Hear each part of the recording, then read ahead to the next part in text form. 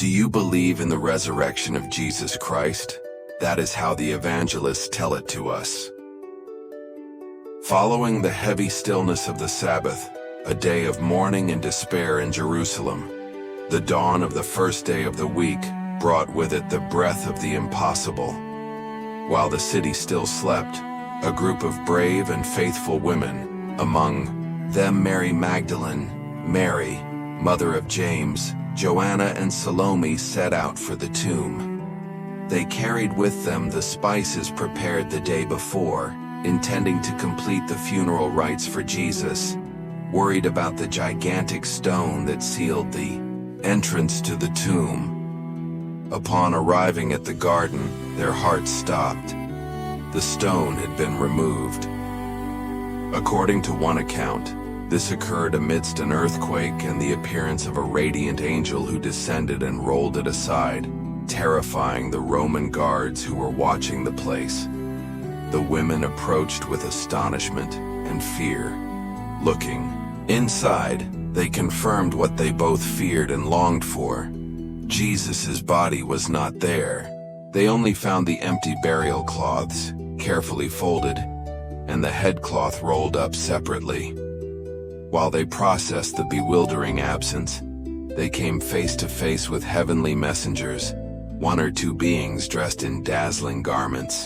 The vision filled them with fear, but the angelic voice dispelled their panic with a message that changed everything. Do not look for the living among the dead. He is not here. He has risen, just as he told you. They were ordered to go quickly and tell his disciples the news. Driven by a mixture of reverent fear and immense joy, the women ran from the tomb. According to one account, on their way, Jesus himself appeared to them briefly, greeting them and confirming his resurrection.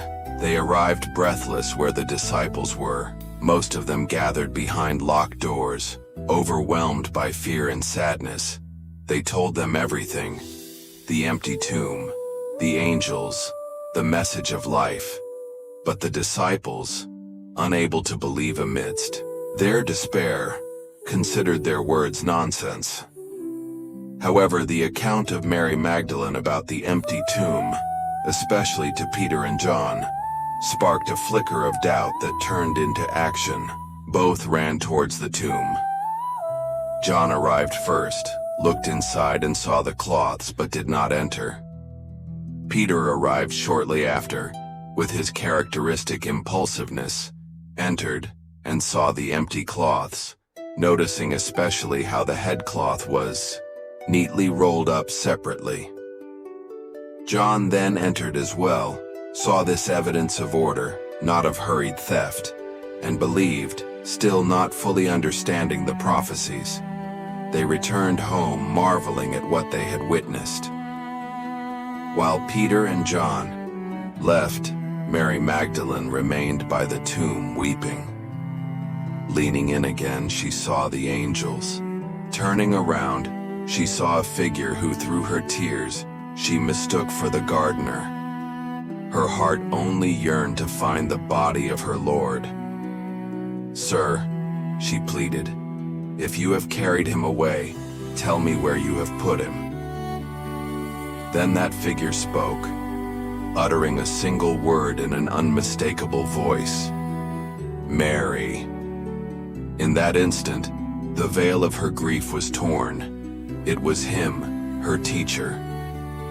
With a cry of overwhelming joy, she exclaimed, "Rabboni." Jesus instructed her, "Do not hold on to me, but go to my brothers and tell them, I am ascending to my Father and your Father." Mary Magdalene was the first to bring the great news: "I have seen the Lord." That same afternoon, two of the disciples, among them Cleopas, were walking disheartened towards the village of Emmaus, sadly conversing about the crucifixion and the confusing reports of the empty tomb. Jesus joined them on the road, but mysteriously they did not recognize him. He listened to their account of broken hopes and then, with infinite patience, he opened the scriptures to them, explaining how the Messiah had to suffer and rise again, to enter his glory. Their hearts burned as they listened.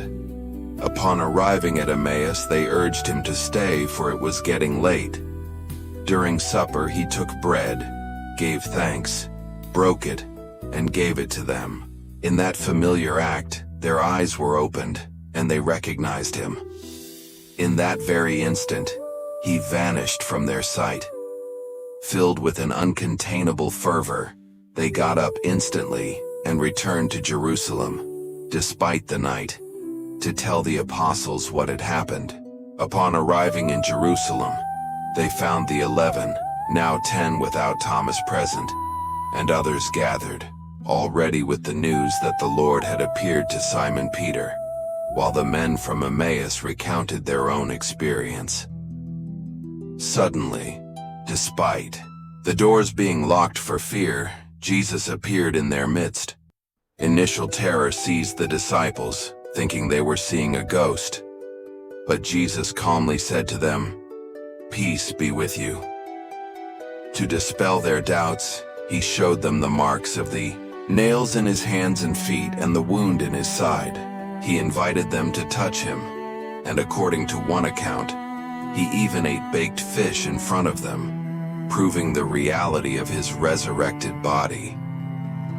Fear gave way to overwhelming joy and astonishment.